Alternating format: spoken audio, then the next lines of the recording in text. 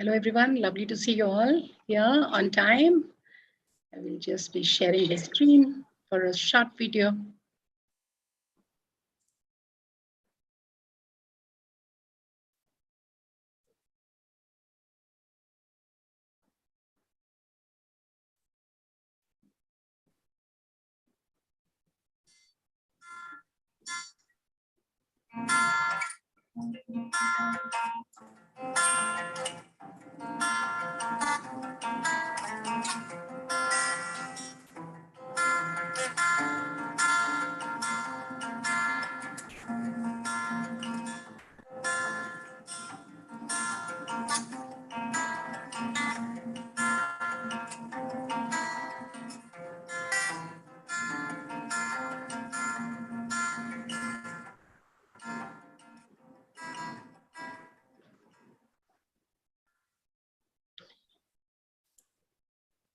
Welcome, everyone, to become that listening raindrop, a long journey. As I sit polishing each thought into a poem. The forest I know, 15 years of polishing thoughts into poems, 150 Tanka poems, and much, much more. It was launched on 22nd March, 2022. 30th of July. 30th July. Oh, it was launched at Jaipur Lit Fest. Yes, correct. Yes. Yeah. Yes, it's been there for the last few months, but yes, officially launched in March 2022 at JLF, and it has been published by HarperCollins. The Forest I Know is really the most eloquent compilation with the beauty of a cover, I must say. And it is definitely such a delight to hold this beauty of a book in your hand. And once you open it and read it, I must assure that you're just immersed in the beautiful book written by Kamala. She's an author, she's an editor, she's an anthologist, a poet, founder of Triveni Haikai India, haikuKATHA journal, besides being 2020 Pushcart Prize-nominated, among so many others nominations and awards that Kamala has won. So welcome, Kamala, on our 89th episode under Trends Literature Series. And I'm Neeta Aneja, and I'm the founder of Trends Literature Series. And today I'm joined by my co-host Shreya. She especially come in for this one because she herself is a poetess and an architect and studying her master's in sustainable environment design at WE London. But it's a privilege for her to be on the same platform as Kamala, I must say. Kamala, it's such a privilege for us. Thank you. Kamala, you've been the foremost advocate and practitioner of haiku and allied Japanese poetry forms in India, including Tanka. I heard all these names for the first time when I went. Yes. Haibun, Renku, among others, such beautiful Japanese poetry forms. And you write so delightfully. So how does poetry make you feel, and how much inner strength do you derive from it?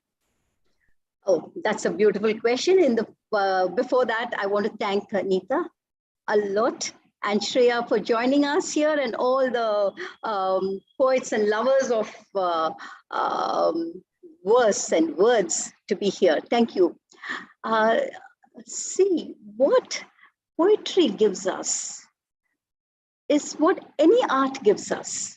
You know, whether it's a painter or a musician, because I was trying to be a musician for many years, okay? It gives us an internal strength to manage our ups and downs in our day-to-day life.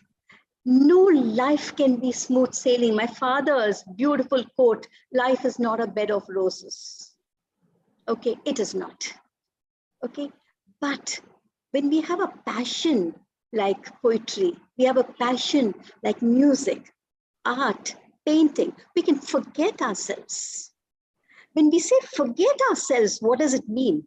I'm not forgetting. I'm forgetting for a moment. I'm not thinking of why my life has gone for a toss, or whether I've switched off the gas stove, or whether the gate is open, or who's coming in.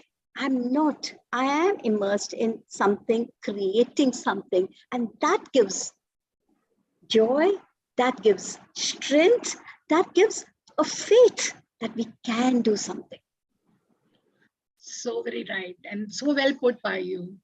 I mean, Kala, you just mentioned that you have always wanted to be a musician, but now obviously you are such a well-renowned, I would say, world-renowned haiku poet. Your energy, your enthusiasm, your spirit is definitely for haiku is amazing. I mean, it just gets, I'm speaking to you across Zoom, but it is getting across to me. So tell us about this art of poetry and how is it different from Tanka? I mean, I'm a little confused about haiku, Tanka, since I am a little novice in this. Yes, see, Japanese short form poetry is minimal, is concise, is precise, is succinct. It is not, we cannot elaborate. We are given a small space in which to create. What happens when you do that? Constant editing, constant throwing away the excess. That is most important. Now, when I'm teaching in Symbiosis, I'm teaching in so many other people, I mean, for children and adults, we tend to overcrowd our poetry. We tend to overcrowd our verses or even our presentations when we write an essay. There's so much of unwanted things to be able to throw away the redundancy. And that is the main thing Japanese short form poetry teaches us. And I think that is a lifelong pursuit because like Alan Watts says, a haiku poet knows when to stop. No, we don't. We are struggling to know when to stop because the mind is a chatterbox. It wants to put this word and that word. So ultimately, to get it as bare as you can, so that feeling and everything that the poet wants to project is rubs off on the reader. That is the main thing.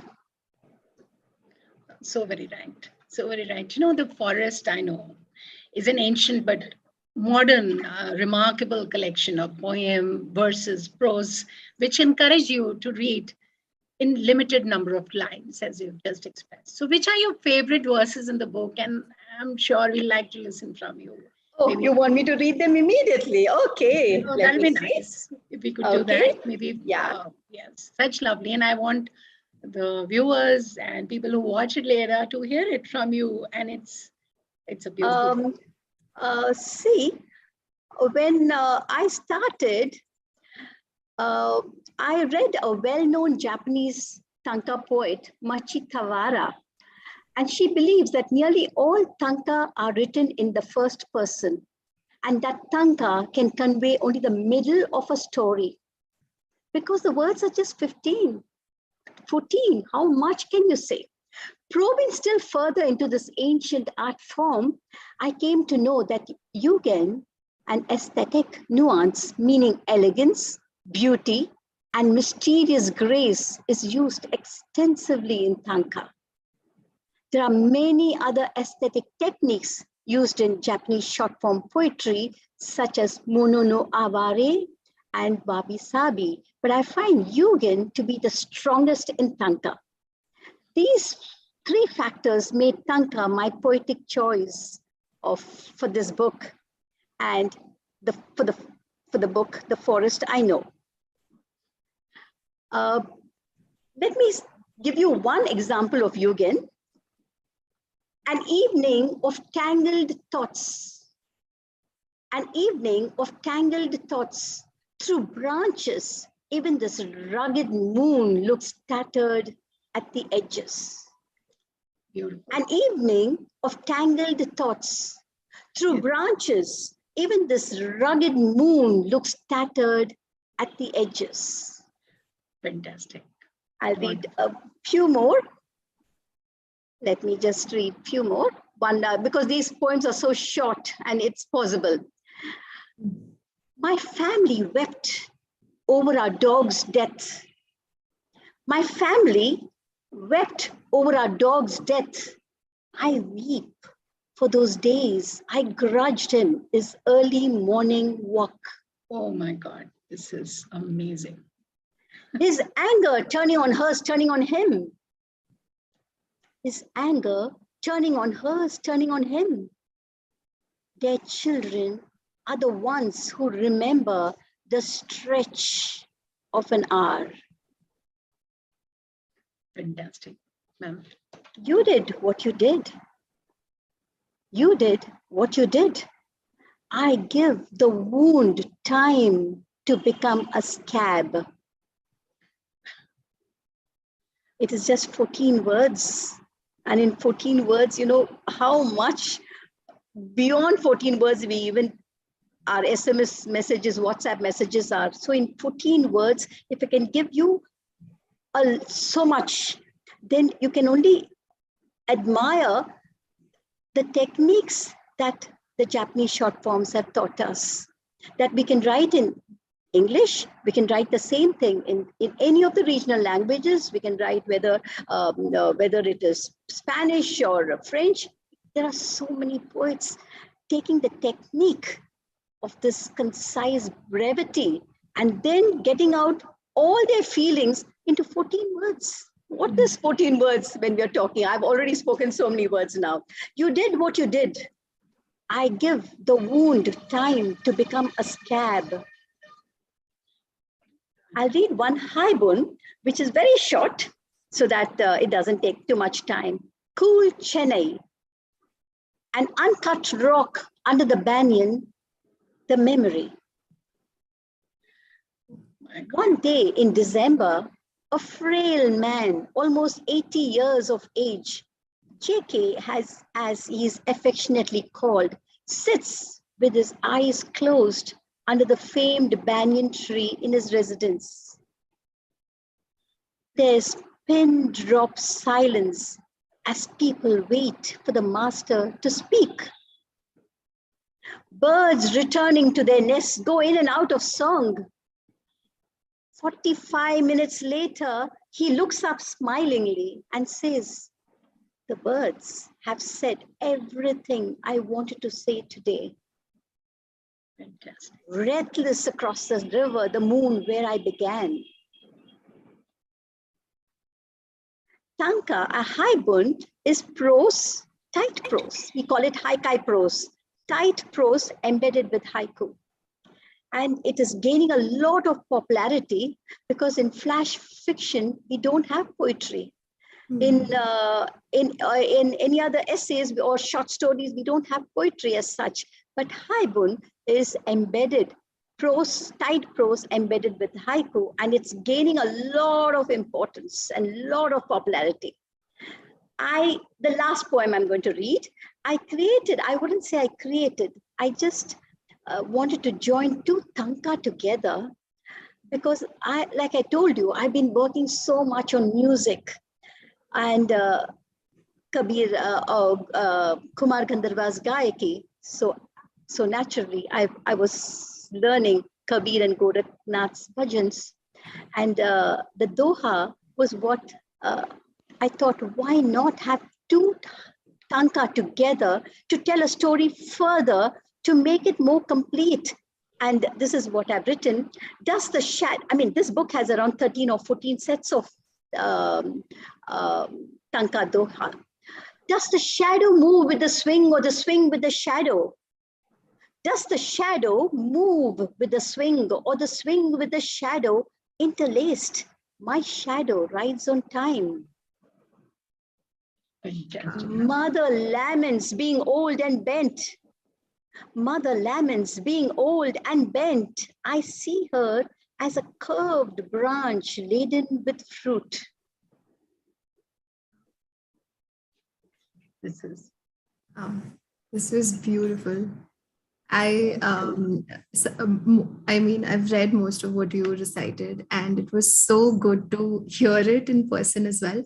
And I think this is one of those books that you would want to go back to again and again to sort of try and understand even deeper than what you understood the first time.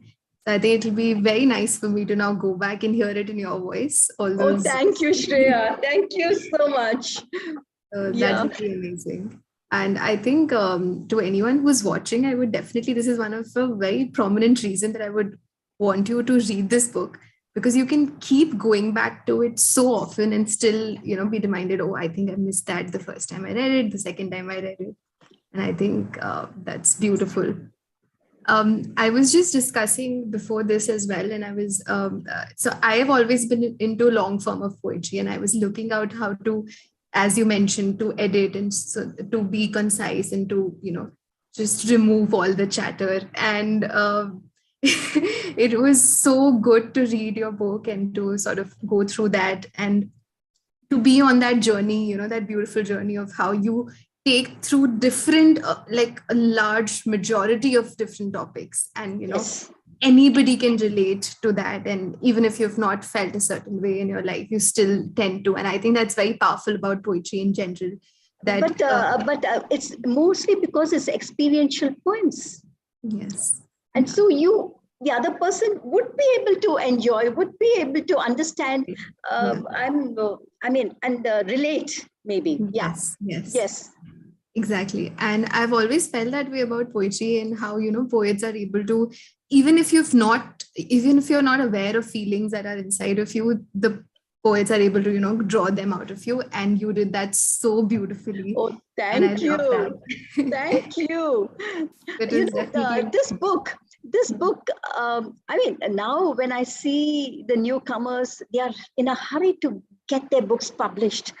And that was never, it was more to learn how to write. And we do have plenty of journals outside, very good journals. So we send 2 or 3 poems and they take one. So at 2 o'clock, it was mostly in America and in Japan and all these things. So at 2 o'clock or 3 o'clock, I'll get up to see is my submissions, anything that is taken or accepted. And when you get, that is my drug shot. And then I go back and then I'm so happy. That has happened the last 15 years. And even now, like a child, I get excited when my poem is accepted. And that reminds me of a very beautiful Zen story.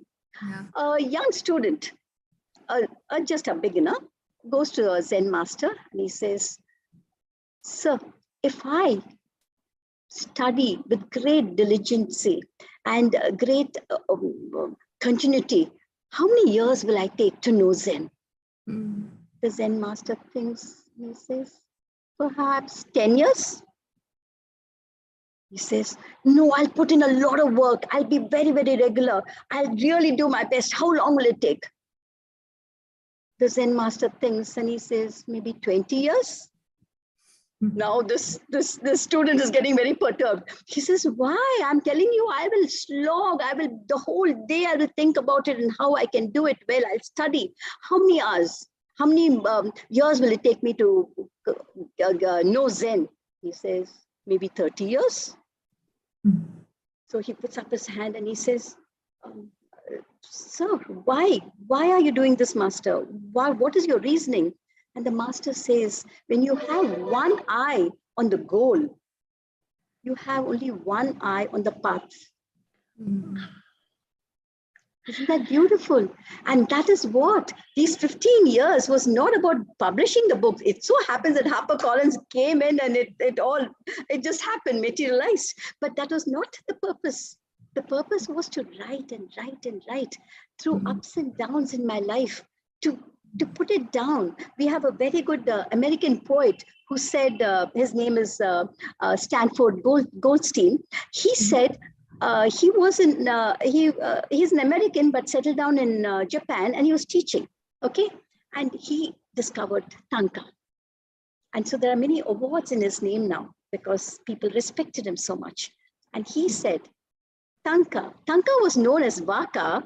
And before I forget that is a history. Vaka was a love song. So it was more as a love song. And he came and he said, more than a love song, it is a diary noting everything that happens to you in the day. Just 14 words. Can't you write in a diary? You can. Anyone will be able to write. And that is what builds up the tempo, or it builds up the storyline, or it builds up something.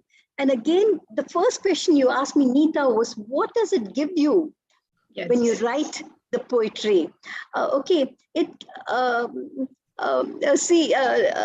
Eckhart Tolle had said, when a man or a woman, when a person talks loud, we consider them mad. He says, but we're all talking within our mind, and that is natural. And Eckhart Tolle says, I don't see any difference in the two. Okay, so this mind, this chattering mind, one voice saying, oh, you shouldn't have done that. You should have said this. You did a very wrong thing. And the second voice chirping in and saying, no, it's okay. It's perfectly okay. And then the first voice again coming in, this constant chatter when things are not going smooth. Okay, when you write, what happens is you are completely concentrating on the moment. You're not thinking about the past. You're not thinking about what going to happen in the future. You are situated in that moment, and a poem is born out of all that. And that gives, and when it gets accepted, it's even more a high, and it gives whatever said and done. It eases my chattering mind of all the problems that it's been going on. And that is, I think, one of the plus points, the healing power that poetry has, or I think that is one of the things that I personally experience, and I feel it is nice. I completely agree. The first time I also started writing was because of this, because there was so much in my mind that I just wanted to pause. And I think we can create so much out of silence. And yes. So definitely, I think that's a very valid point. And also, when I was reading a book, I found some very small, delicate imagery to be so beautiful. So with your permission, of these 4 lines that you wrote, all through the long night, his words cut at my heart's umbilical cord. So simple, but you can so beautifully, so delicately sort of relate to it directly and understand your experience through it. So I just wanted to ask you, what was the first instance that led you towards Tanka form of poetry, and how has it evolved with time for you? I came to know about the haiku in January 14th, 2005. Okay. And we had gone as a family, we'd gone to Kashid beach, because from Pune, that's the only beach we have. Okay, very sad. Now I'm in Chennai and we are surrounded by beaches. But in Pune, we have only the Kashid, and we had gone there. And I came back and I wrote, and as I was writing haiku, I come from a tradition of Indian music where for a concert circuit, or to get into the concert circuit, it's not just the classical rags you learn. You learn the semi-classical rags, you learn bhajans, you learn tumri, you learn dadra, so that the presentation is rounded. It is not just one. It is not just classical. I come from that tradition. So I started haiku, immediately went into Tanka, immediately went into one-line haiku. I even got, in 2006, I even got my one-line haiku published, and now it's gaining so much importance, one-line haiku. I'm talking about 15 years back. Okay, I started writing haibun. I got into Renku, which is collaborative poetry. I did everything because I want to know everything, and that is what I teach my undergrads also. I teach them the whole gamut of what short poetry means, so that something will rub off, and some people become haiku poets. Some people they just fall in love with haibun, which is prose embedded with haiku. Some people fall in love with Tanka, which tells a story in a much more effective way than a haiku can. Okay, and I brought out my haiku book 2 years back, but that doesn't have any of these things, that the story value that the forest I know has, because Tanka lends itself to such things. It's just 2 lines extra, but that 2 lines, the way we juxtapose the top verse with the bottom verse, it's an art form. It's a nuance. It's difficult to learn, but it can be learned. It's not huge rocket science. There are so many people writing very good Tanka, even in India. We are doing brilliantly well now. I don't even know what question you asked me. I think I've deviated and gone somewhere else now. This is exactly what I had asked, that what was the first instance that you got into Tanka? So yes. I think you answered that beautifully. Yeah, I agree. And also, when I was reading, I was also thinking about just sort of like, obviously, since I try to write a little bit, I always was, correlating with how I write and how I think. And so there was these lines that you wrote, when being in nature and when observing people, my eyes become the camera and my mind becomes the paper. The poem then happens in the isolation of my room. And, I really relate to this because drawing from the experience of what you've seen and sort of getting an inspiration from all aspects of your life, I've always felt that I can write only something that is very personal to me. So I really want to ask you about what, I know you mentioned that Tanka can be written, which is just every day.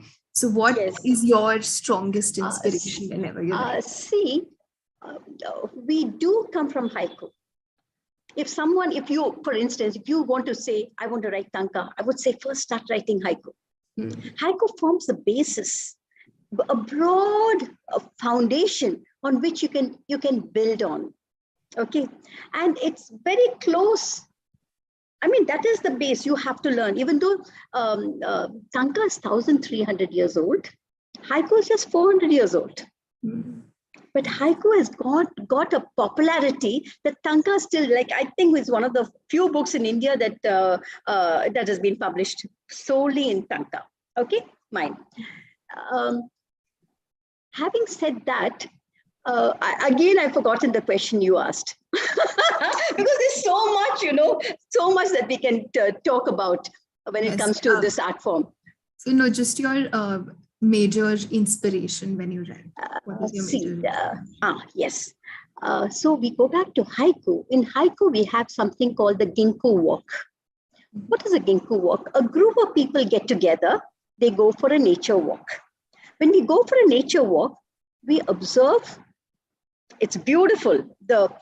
We just say 5 senses, but the 5 senses in Indian thought means sound is akash. Okay. When it comes to touch, it's wind. The wind blows and you feel it. Okay. Then third is agni, which is fire, which is form. You can see it.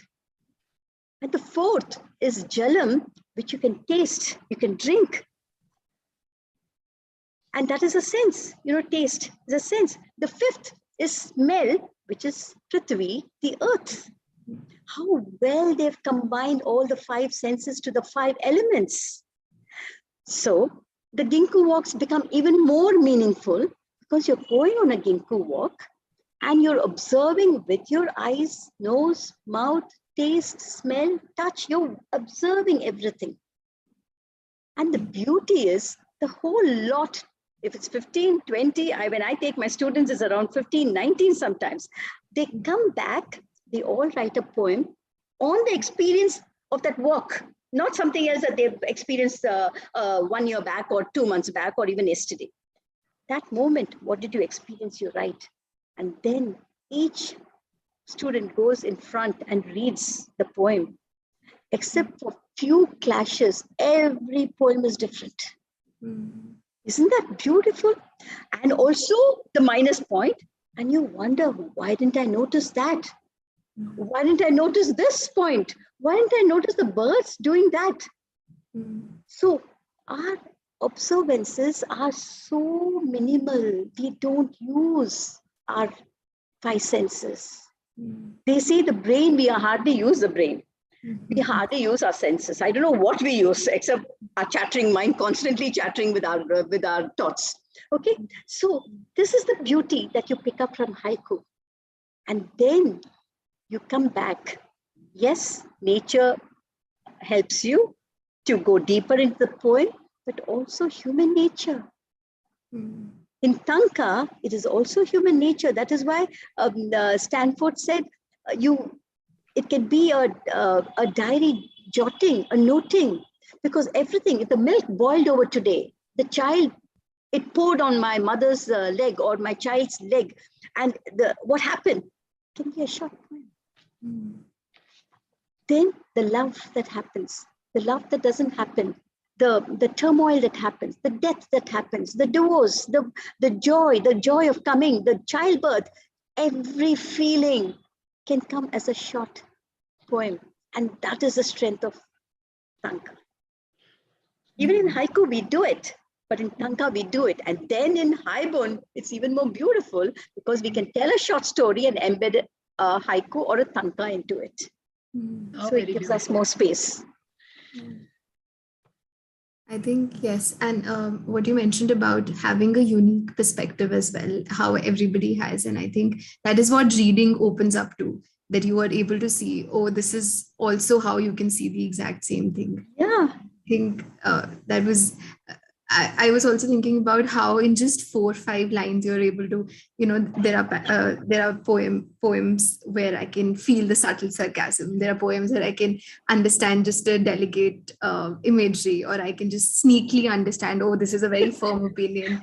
Yeah. And so altogether the entire book was, and each 4 or 5 line was like a full story that I'm reading, I'm forming a background. Oh, this is what this was leading up to, or this is what you're looking up and absolutely. You've said it so well, Shreya. You've understood the form so well. Amazing. Yeah. So I think that is, for me, that is what I enjoyed the most, because it gave me time to breathe and to understand that I can form my own opinion and at the same time just read. We have something called the unsaid. Yeah. And that is very, I know, I'm not saying only Japanese short forms we use it. Mm-hmm. In all literature we use it. Even in films, it's very well done. But to incorporate it in a 4-line poem or a 5-line poem and 3-line poem, to get that unsaid is not easy. You can do it in a huge story and leave the end unsaid and leave it for the viewers to imagine in a movie, in a 2.5 hours movie. But how do you do it in a 5-line poem? We have techniques. Okay, it's called the white space.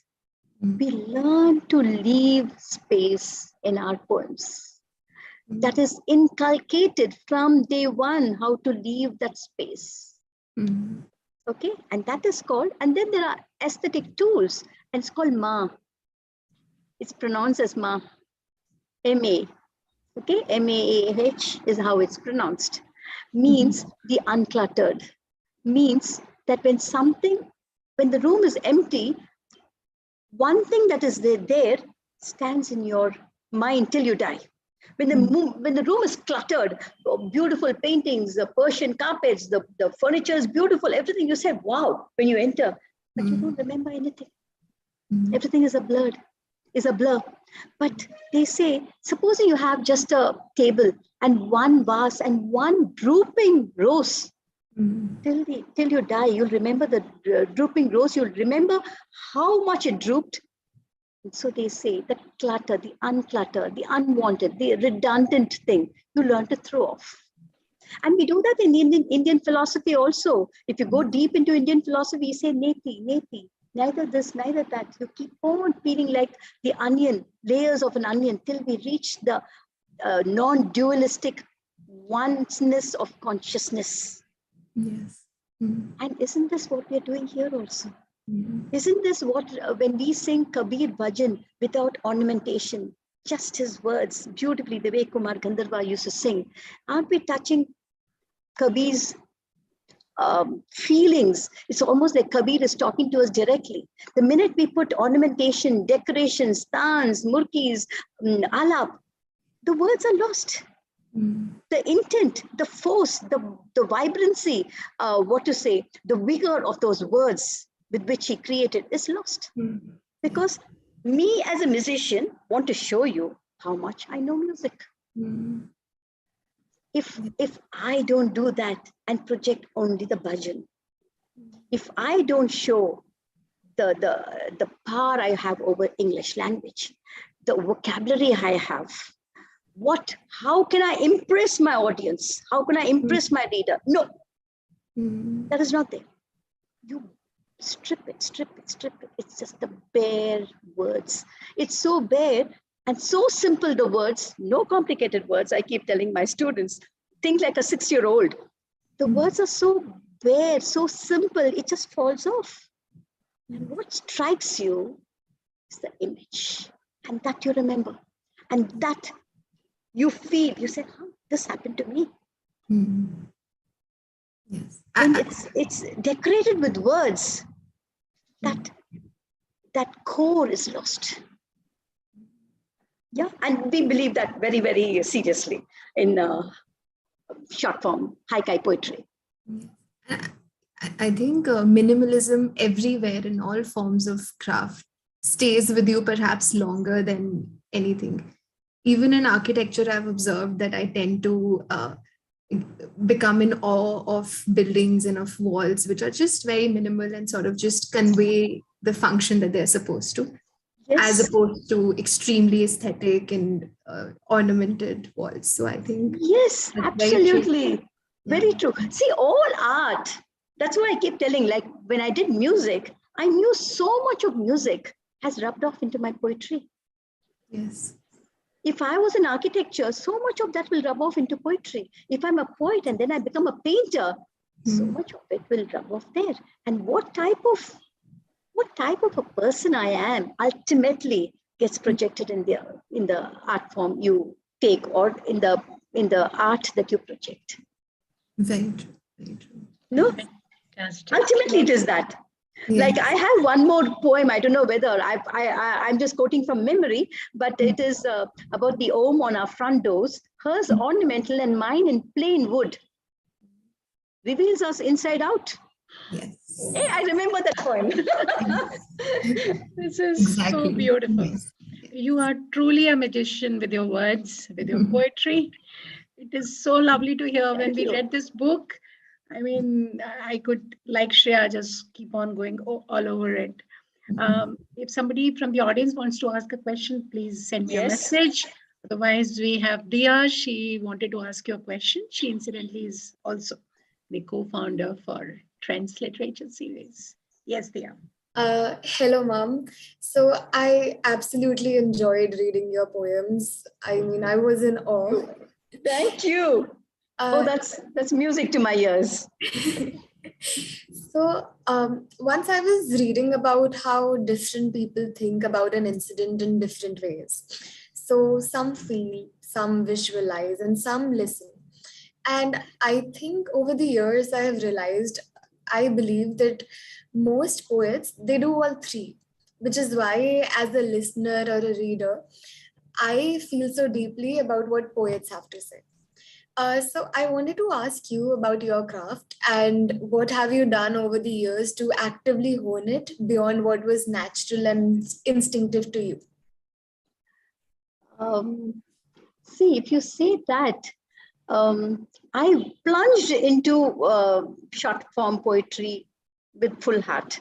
So I wouldn't say with my full effort, my full body, so I wouldn't say that over the years, I have evolved into a different person. I think I was older because I didn't start poetry when I was a teenager. I didn't start when my children were born. I came into haikai poetry when I was 50 plus. So I'm not going to change after that. It was the way I was, and this attracted me.